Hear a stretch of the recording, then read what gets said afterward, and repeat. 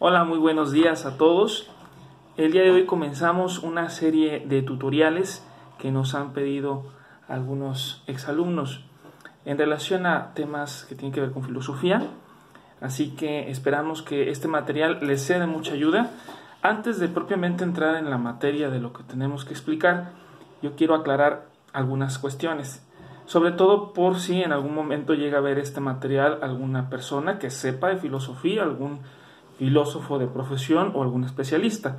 Este material está preparado con un carácter introductorio, propedéutico, es decir, estamos deteniéndonos solo en aspectos muy generales, muy básicos, y que precisamente esto implica que la exposición del pensamiento de los filósofos que vamos a abordar es muy superficial, es muy incompleto, pero es el carácter propedéutico que exige en este caso el material que me han pedido.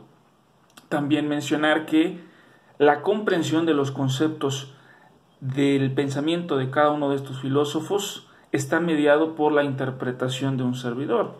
La comprensión supone la hermenéutica, es decir, el entender supone una cierta lectura, una cierta interpretación con un carácter subjetivo sobre el pensamiento de estos filósofos. Desde luego no es nuestra pretensión hacer decir a esos filósofos cosas que ellos no han dicho, pero al final del día nuestra exposición depende en gran medida de lo que nosotros hemos entendido, de lo que mencionan, de lo que piensan, de lo que han reflexionado estos filósofos.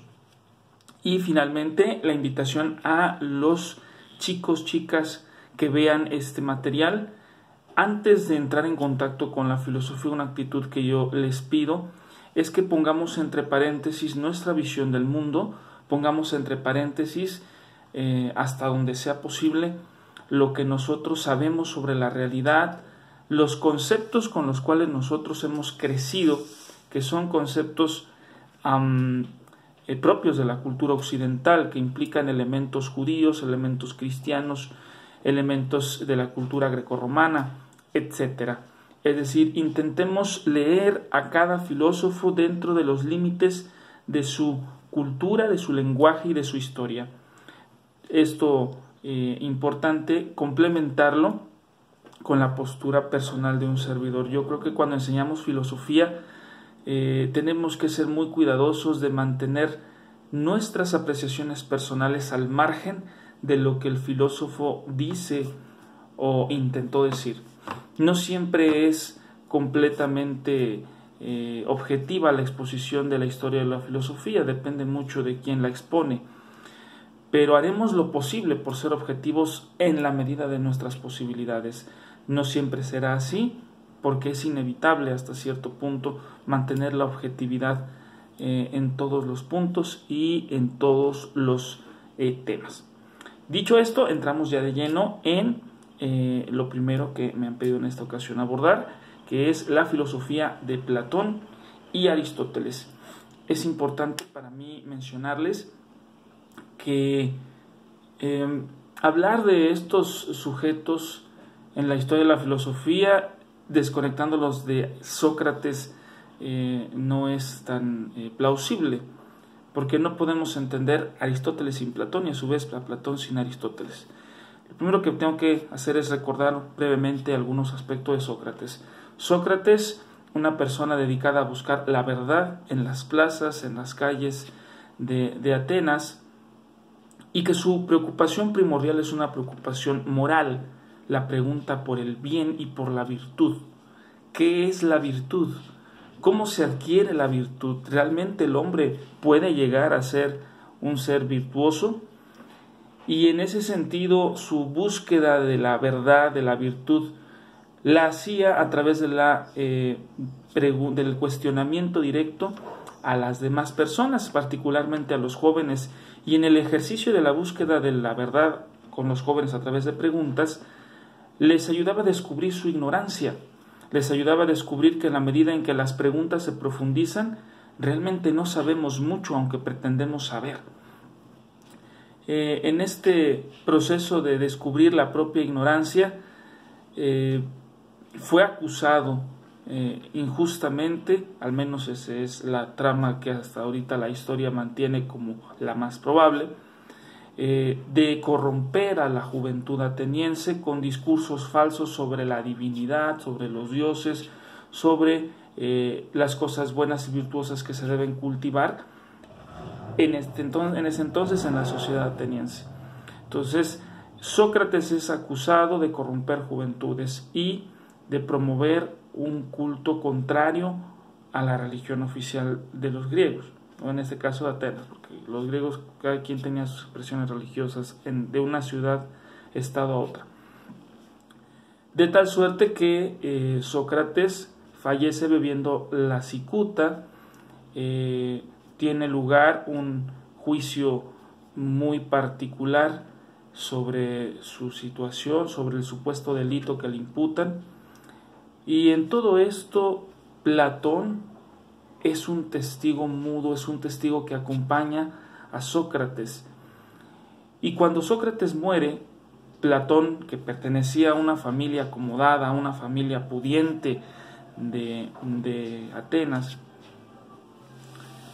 surge en él un cuestionamiento muy serio sobre el Estado, sobre la virtud. Él sigue pensando en la reflexión que hacía Sócrates, qué es la virtud, qué es el bien. ¿Se puede en algún momento adquirir la virtud? ¿Se puede ser virtuoso? Sí, pero la reflexión de Platón va un poco más allá, porque ya vio morir a su maestro por causa de la defensa de esta idea.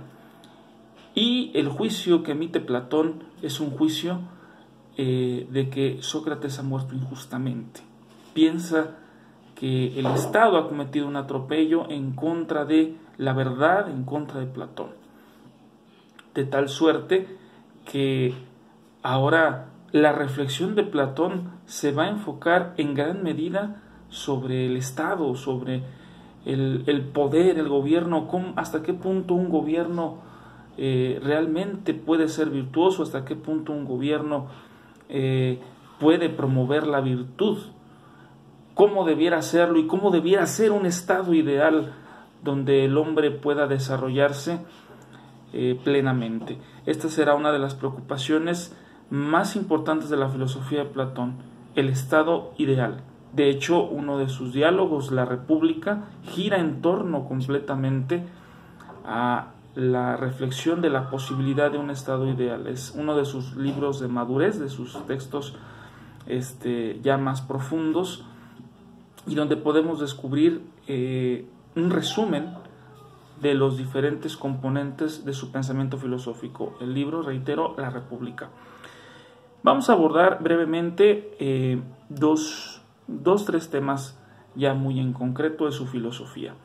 El primero es el mito de la caverna. Es un mito con carácter epistemológico, gnoseológico, es decir, tiene que ver con el hecho de cómo el hombre conoce, cómo el hombre aprende. Tenemos este breve esquema, disculpen ustedes, es muy rudimentario el dibujo. Aquí está, tenemos el mito de la caverna. ¿Qué ocurre en el mito de la caverna? Es una explicación por medio de símbolos, por medio de una alegoría, con la cual Platón nos dice cómo es que el hombre conoce, cómo es que el hombre entra en contacto con la realidad, pero también es una explicación un mito con profundos componentes ontológicos, metafísicos, inclusive religiosos. Nos detenemos en lo epistemológico. ¿Qué dice el mito de la caverna? En el mito de la caverna tenemos a una serie de hombres que podemos apreciar aquí, que están completamente encadenados viendo a una pared y nunca ven hacia atrás ni hacia el lado. Lo que ellos ven proyectado frente a ellos no es la realidad misma, sino una sombra de la realidad que está atrás de ellos, afuera de la caverna. Esa realidad es iluminada por un fuego que gracias a él puede proyectarse la sombra de este lado. Entonces, los hombres habitualmente no conocen la realidad tal cual, que sería esta que está afuera, sino que lo único que conocen son las sombras. Y entonces el hombre, al no conocer la realidad, vive en un mundo de sombras, vive en un mundo de apariencias. Cuando algún hombre llega a voltear hacia atrás, llega a voltear al lado, cuando un hombre deja de contemplar las sombras, se le caen las cadenas y entonces ese hombre es capaz no solamente de voltear hacia atrás y darse cuenta que la realidad no está aquí, sino que hay algo atrás de esas sombras, hay algo atrás de esas apariencias, y entonces el hombre va a salir de la caverna, y al salir de la caverna el hombre contempla realmente lo que hay fuera de ella y lo que existe con total verdad, lo que existe de manera real. Esto de acá sería la realidad real, si me permiten el adjetivo, aunque suene pleonásmico. La realidad real está acá, afuera de la caverna. La realidad de las apariencias es con lo que los hombres viven de manera constante. Ahora, ¿esto qué implicaciones tiene al hablar de la manera como entendemos el mundo? Recordemos, estos solo son símbolos. Platón lo que nos intenta decir detrás de los símbolos, detrás de la alegoría, es que nosotros creemos conocer el mundo, pero en realidad pocas veces nos preguntamos, pocas veces reflexionamos y pocas veces vamos más allá para conocer lo que realmente es el mundo. Esto de acá es lo que él llegará a llamar después el mundo de las ideas. Las ideas son aquellos arquetipos, aquellos modelos con los cuales está construido el mundo real.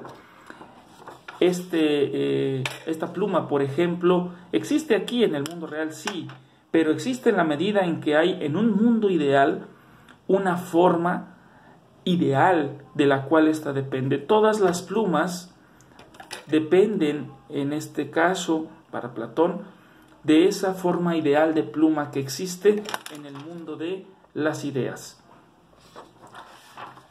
Ahora bien, ese mundo ideal es el verdaderamente existente, pero por otra parte existe también el mundo material, el mundo tangible, donde están ustedes, donde estoy yo, donde está este libro, donde están las hojas, donde está la taza.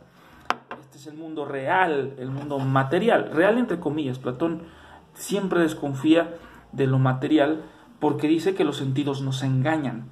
Y entonces, si los sentidos nos engañan, muy probablemente esto que llamamos material no sea completamente real. Así las cosas, Platón dice, existen dos mundos: el mundo de las ideas, acá otra vez mito de la caverna, el mundo sensible, el mundo material que está acá adentro de la caverna.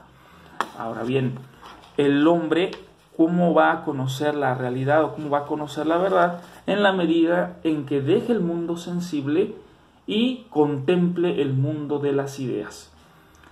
Esto suena también un tanto religioso, porque lo que en el fondo pudiera interpretarse es: no hay que quedarse con lo de este mundo, sino que hay que pensar en algo ideal, algo trascendente, algo más allá, que es lo realmente verdadero y es lo que fundamenta el mundo material. Entonces aquí tenemos la comprensión del mundo de las ideas y la comprensión del mundo sensible.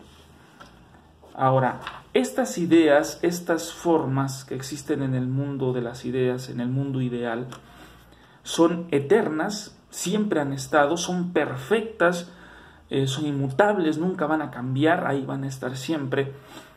Y dice Platón, nosotros conocemos en cierta manera esas ideas o esas formas perfectas. En algún momento de nuestra historia personal nosotros estuvimos contemplándolas, nosotros las conocimos, pero por un castigo divino el hombre no se puede quedar contemplando las ideas, tiene que venir al mundo.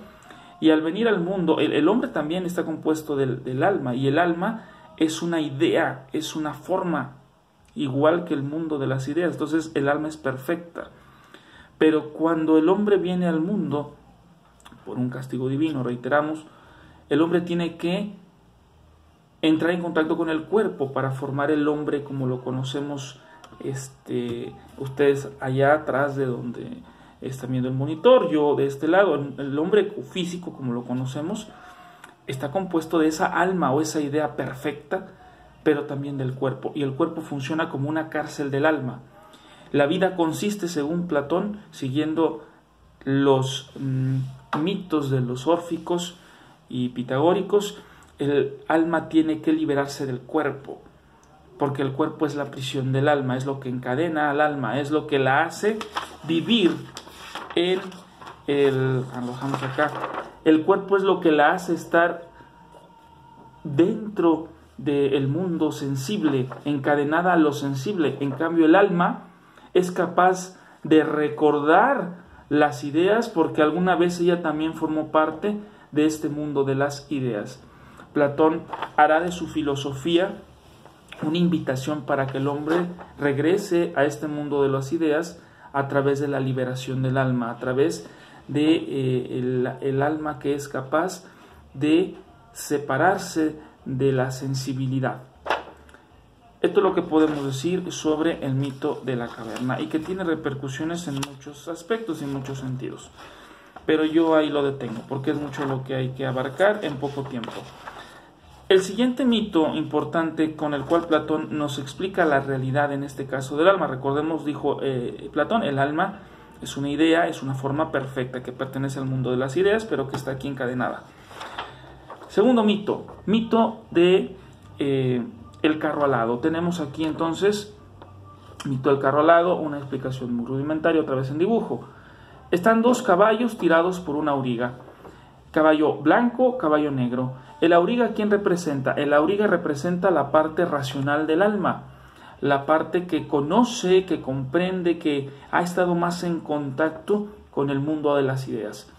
Pero a su vez el alma tira de estas dos dimensiones o de estos dos aspectos de la misma alma. La primera es la parte, yo puse al revés los caballos. Primero se menciona la parte irascible y después la parte concupiscible. La parte irascible referente siempre a lo que el hombre siente o le afecta, de alguna forma le modifica sus situaciones, y la parte concupiscible, lo que el hombre desea, lo que el hombre anhela, a lo que el hombre vive volcado. Entonces el alma es esta expresión del mito del carruaje alado. El auriga, la parte racional, la parte irascible, la parte concupiscible. Dicho esto, pues reiterar la comprensión de el hombre para Platón, más bien la comprensión que tiene Platón del hombre es un ser muy bello, que está compuesto de un alma espiritual, un alma religiosa, no, aquí no quiero mezclar esto, un alma inmaterial, perfecta, que está encadenada al mundo sensible por el cuerpo y que debe ser liberada. Hasta aquí dejamos la explicación muy superficial, decía yo, del pensamiento de Platón.